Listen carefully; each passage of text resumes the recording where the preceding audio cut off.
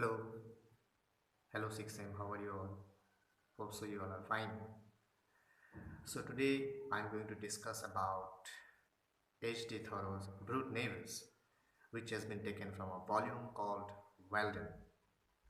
Now what Thoreau says here in this particular work. Now Thoreau opens this chapter with a brief conversation between the hermit. Here hermit, a person who moves from one place to another, or you can say a gypsy. And here the hermit is he himself, and the poet W.E. Canning, a friend of Thoreau. So they are having a brief conversation. And what was the conversation going on all about? We are going to know. Like in Thoreau's hut, there were mice which were wild. They were they soon became tame and friendly towards him and often played with him. Now there were different kinds of birds coming in their proper season. That means he was a lover of animals as well as nature. Now this particular place, the forest is full of wild creatures known only to the hunters. So the hunters, they visit here to hunt. Like the woodcock found shelters where he had dug out a well in the spring. So taking lots of birds and animals taking out here shelter. There it found worms for itself and its brood. That means this woodcock, they found worms because they got to feed themselves.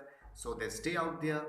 Then we also find other animals like the turtle dove also sat there and flattered from branch to branch of the soft pine. That means the surrounding here is totally it depends upon nature. That nature, and he is the lover of nature, and so he is describing all sort of things out here using lots and lots of animal imagery like birds, turtle, etc., etc. Now one has only to sit in the woods to see the lovely sports of the animals. Now if you sit there for long time, a long period, you can see the beautiful sports of the animals out here, and you are going to definitely enjoy it, he's saying out here. Now it is remarkable how many creatures live wild and free, though secret in the woods, and still sustains themselves in the neighborhood of towns suspected by hunters only. Now we see lots of animals. Some of the animals, they live in a forest and some they live in the town. But there are lots of difference who is free and who is wild, or you can say the domestic and the wild animals. He retired here. How retired the otter managed to live here. Now you see the otter. The otter. It's a river animal. It's fish. It's a mammal type. So this type of animal we find here, and he's saying to his friend. Now he manages to be 4 feet tall without ever a human being setting eyes on him. That means he's a huge one, 4 feet tall. He's talking about the otter. Now, Thoreau formally saw the raccoon. Now, raccoon, it's a grayish American mammal, especially there we find here in this particular forest. So he's saying that Thoreau formally saw the raccoon in the wood behind where his house is built, and probably still heard their whinnying at night. That means making lots of noises, and he can hear it from his own house. That means he had taken shelter out there. He rested for an hour or two after planting, ate his lunch, and read his books by spring, which was the source of a swamp and of a brook oozing from under Brister Hill, half a mile from his field. That means he had managed this place so properly. That means after the lunch, after planting, taking lunch, he's enjoying taking a book in his hand, and he's enjoying the nature very much. Now, the approach to this was through a succession of descending hollows full of young pitch pines into a larger wood about the swamp. Let me even say the huge tall pine trees out there, and he's under the pine trees and reading his books. There is a very secluded spot under a spreading white pine. There was yet a clean farm sward to sit on. There was a clean place just under the pine, and he used to sit there and read his book. He had dug out a well and made a spring of clear grey water where he could dip up a pailful without rolling it, and he used to go there whenever he needed water. That means he had dug a well there, and from there he goes and he collect water. He don't have to go anywhere. To his great surprise, hitherto the woodcock laid his brood to prove the mud for worms flying but a floor above them down the bank. Now where he made that well, you see some of the birds came there and they're taking their shelter out there. Now whenever he used to go there, these birds used to escape. Even the little ones used to peep and see Thoreau, and Thoreau used to enjoy this particular scene. Now he heard the peep of the young ones where he did not see the parent bird. Now the parent bird has already gone somewhere to collect food for the young bird. So the small birds they used to peep and see because their parents are not there. The turtle dove also sat there over the spring or fluttered from bough to bough of the soft white pines, or the red squirrel coursing down the nearest bough was particularly familiar and inquisitive. So lots of animals we find they're moving and here and there. Even the squirrel, even the squirrel they're moving from place to place, and Thor used to enjoy it. Now, if you sit long enough in that attractive spot, you could have a view of all the inhabitants of the wood one by one. So all the animals they come out there, but you have to sit for a long time attentively so that you can see all the animals movement out here. Now sometimes he was witness to less peaceful events. So one of the story that he is going to say us is very beautiful what he has seen. So on one occasion there was on a chip of wood. Chip of wood is a small type of wood. Okay, chip a small type is of a wood. With two ants, one red and the other black, engaged in a fierce fight. So in that particular chip of wood, we could see he saw that two ants were sitting here, one red and the other black, and they were fighting one another. Looking after, he discovered that many ants were in a life and death battle, and that it was not a war between individuals but a war between two races of ants. Now first he saw that only one, that is the black and the red, single individually fighting, but after when he saw attentively, he saw that there were two races of ants. That means the black and the red, and they were fighting. It was not an individual battle, as if it was a group. It was a battle of the group, a war between two races of ants. That means the races, the red and the black. Now, this was the only battle he had witnessed, the only battlefield he had kept his foot on. Now, he's saying that he had never witnessed a battle, or he had never seen a battle and never kept his foot in a battlefield. This is the first time that he's having a witness of the battlefield, what the battle is all about. He's coming to acquire some knowledge from these ants. Now, now, now this and they were fighting furiously, very hard. They were fighting. It was just like a mutual destructive battle between, we can say, between the Republicans and the imperialists, as if it were. It seems like the Republican and the imperialists, they are fighting one another.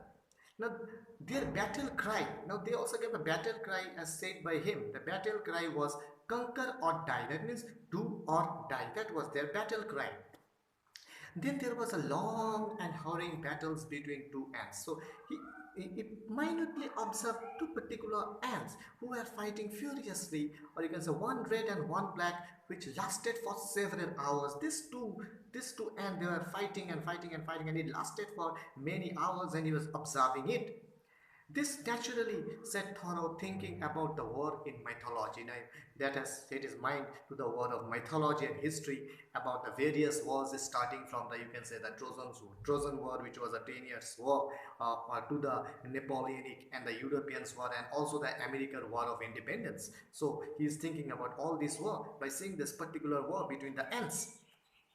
Thoreau was sure that the ants had put their military bands on some chip of wood, playing their national air to excite the slow and cheer the dying combatants. He was excited as if they were human beings. He was so much excited that it seems their battle seems to be the battle of the human beings. Now, again he's saying, like, there is no fight in the record history of Concord to compare this one in the valor or in determination. He was talking about the history of the war and the different emperor who participated in the battle. Now, what he did is that He took the chip of wood. Then, after that, he took the chip of wood on which the ants were engaged in furious battle and put it on the window to see the outcome. He kept near his window pane and he wanted to see that what would be the result of the war, or you can say of the battle. Putting the combatants under microscope, he kept that into microscope. He discovered they were all but torn, and yet kept on fighting with unflinching determination and unflagging courage. That means all their body has been shattered and torn. Even then, with lots of determination and courage, they were fighting one another. That means they don't want to give up both the races. They struggled for half an hour longer, and when he looked again, the black soldier had severed the heads of his enemies from their bodies. Like you see, as if it's a real battle, as the black ant has severed or cut the head of the red one, and he was taking in his hand. That means the head was hanged in his hand, and it's true that they have been successful. They have defeated the red ants or the red races. So in this way it went on, and as if they have got a trophy after winning this particular battle. Now, during autumn, that was a very beautiful story, and he's also talking about autumn. He's saying that during autumn, the loon, now loon, you know, an aquatic bird, the loon came as usual, making the wood ring with his laughter, making lots of noises, and many townsmen with their guns and spy glasses came to the pond to hunt the loon. That means the townmen, that means they are to enjoy hunting, so they came here to hunt the loon. But on the account of the October wind, the surface of the water is so rippled as to make it impossible to locate a loon. So due to wind, due to the breeze, you cannot locate where the loon is. So the hunter were totally failure. Then the hunters returned to town defeated. They couldn't hunt the loon. Thoreau saw the loon as he went to the pond to get a pile of water early in the morning. So one morning he went to get a pile of water and he saw the loon. But on being pursued, it would have dived deeper and not be seen till late in the afternoon. So he went to catch that particular loon, and the loon went so deeper that it will never come out till afternoon. So loons have been caught in the New York lakes 80 feet beneath the surface with hooks set for trouts, especially trouts. We know it's a fish, type for fish, and they used to catch loons. But it was impossible. It was a very tough matter to catch the loon. Now, whenever the loon succeeded in hoodwinking the hunter, he laughed an unearthly laughter, almost like the howl of a wolf. So it makes lots of noises, lots of sound. Okay, when it go downwards, and our writer would hear it, that particular sound of the loon. Thoreau's unsuccessful effort to catch him. Thoreau was never successful to catch the loon. Suddenly he would raise a cry as if in prayer to the god of loon to aid him. It seemed to him as if the loon is praying to the god of loon so that he may not be captured by the hunters or any other person. Shortly after that, the surface of the water was filled with ripples and it started raining. So when it started raining, definitely the loon will go downward. At the bottom, it will go downward and nobody can catch the loon. And Thoreau could not catch him. So definitely Thoreau was unsuccessful in catching the loon. The prayer of the loon was answered. That it seems that the prayer which the loon has made to the god of loon had accepted it, because nobody could catch the loon. So this was all about this particular topic, talking about nature, talking about animal imagery, talking about some type of, you can say, giving a story about the two races of ants, and also compared to the Republican and the imperialist.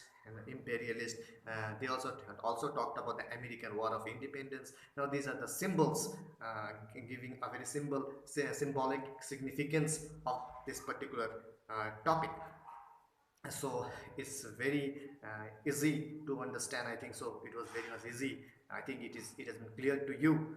So thank you very much. If you have any question, you can ask me. Stay happy, stay fine, and stay at home.